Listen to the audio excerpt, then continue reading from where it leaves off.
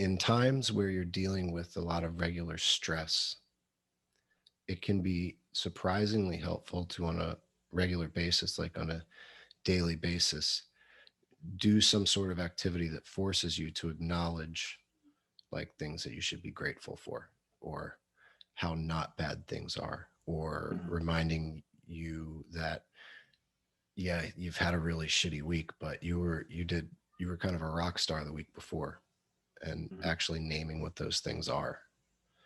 um, I know that when I turn on the news each morning or scroll to it, which I like to do because I speculate on stocks, and that it moves in reflection to certain types of news, but it doesn't mean that it's not really ugly, stressful stuff to look at. Mhm. And if I don't do something to be a little more mindful that this is a good day, and here are the things that I have going for me, and I forget, that practice of then going to the news can really suck me into a whirlwind of being caught up in the wrong things. Is that Mhm. is that Yeah. a fair thing to say? Well, information and knowledge is power, right? But it's important to have the appropriate context and understanding where bits of information fit into the greater puzzle. And we're hardwired to look for threats because threats, if not dealt with, can affect our survival. And the news media is, well, I mean, it's a business. It's all about viewership, right? And getting your attention. Right. So of course they're going to display as many threats to you as they can because you're hardwired to assess threats because Right. that's going to help you stay alive. However, I think a lot of us see the world as a very stressful place when in fact our own world could feel a lot less stressful if we weren't tuned into the threats from all across the globe, because we were never hardwired to look at threats across the globe all at once. And we were just hardwired to look at the immediate threats, which usually probably had something to do with what we were going to eat that day. Yeah. So we got to live in the modern era. So we have to be able to deal with that influx of information. And so a good way to counterbalance that is gratitude. And for me personally, in my emotional spectrum, gratitude's the greatest feeling. And I have trouble getting motivated to work out a lot. And Which people would probably never believe, but is yeah, a very common thing in people who are very athletic or very physically active. mm-hmm, As David yeah, Goggins reminds a couple million people on a weekly basis. yeah. Sometimes I just sit there and stare at my fucking shoes for an hour. Yeah. And that helps me to hear David say that, because then I'm like, oh, I'm not just lazy. This is like a human thing Right. that We're I'm all dealing with. staring together. Yeah, Hmm. yeah. And I always project on how I'm going to feel after the workout. And then I just get started and then I, grind my way through it. And then afterwards, I'm grateful. And that gratitude really carries me. And if I can be great, and it can be a chain reaction. If I'm grateful about one thing, I can be grateful about more things. And you got to lean into that. You got to find things to be grateful for. And it changes your outlook 100%.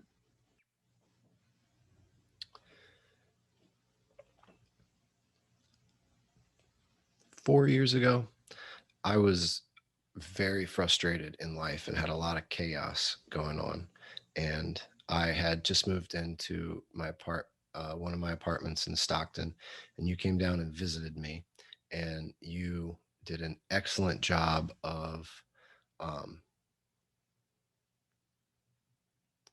when you left, I was capable of accomplishing some tasks, which cumulatively helped me straighten out a lot of my life. And you knew me really well at the time. And so you were able to whether you knew it or not, you were able to just do the right thing for me.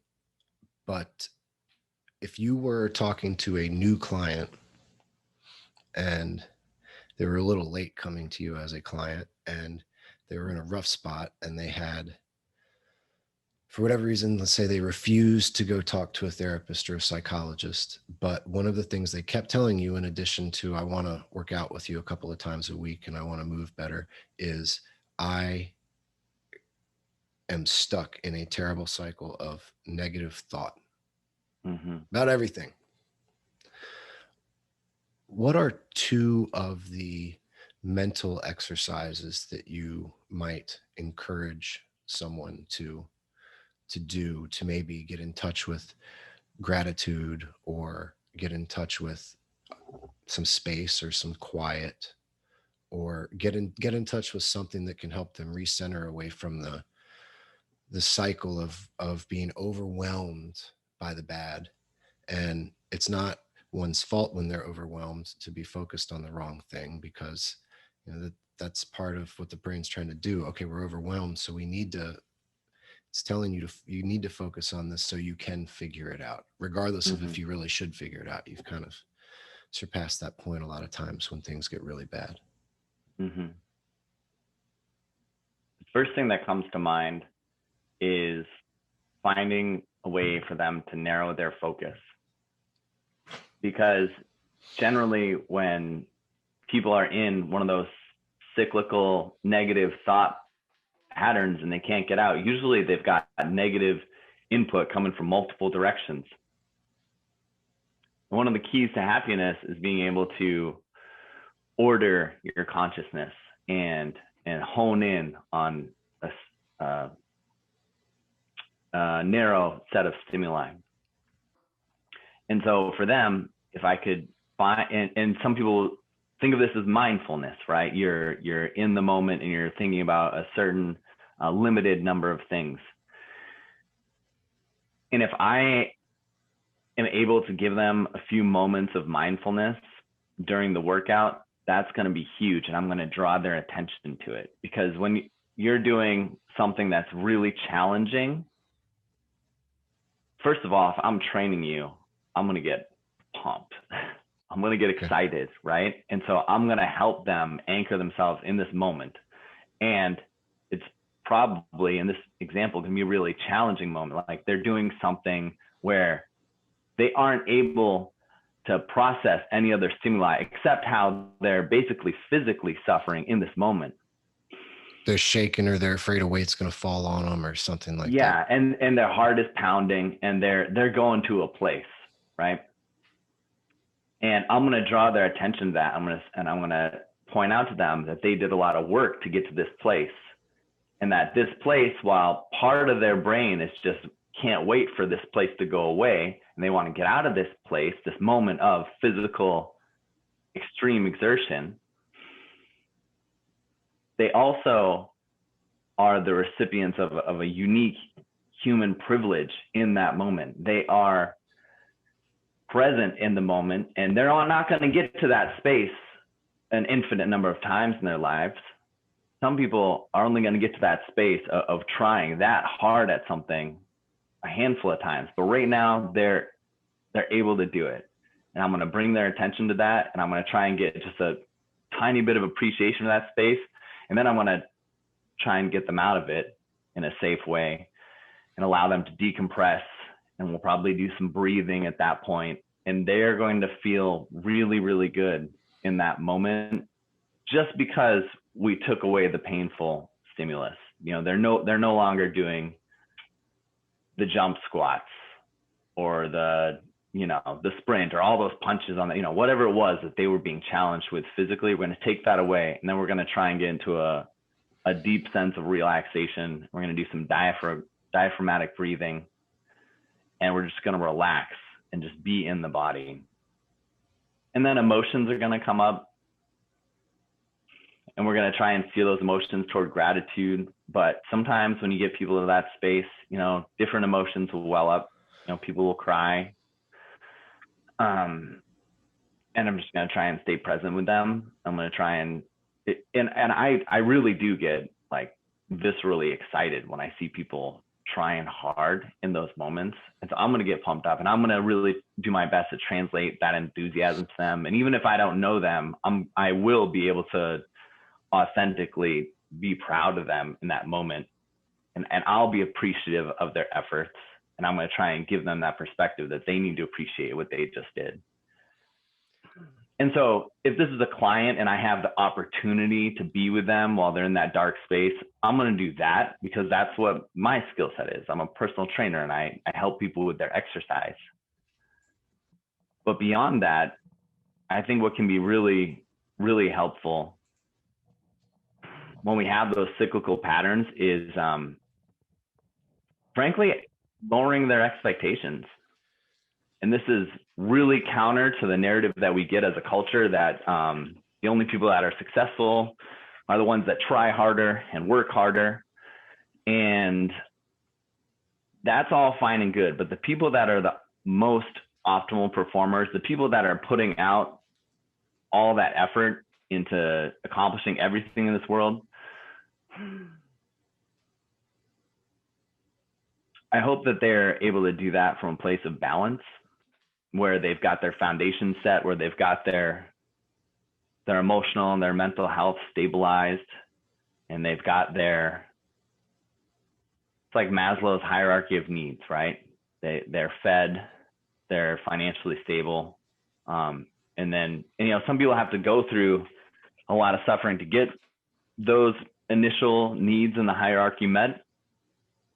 But there's this concept in Buddhism about second darts.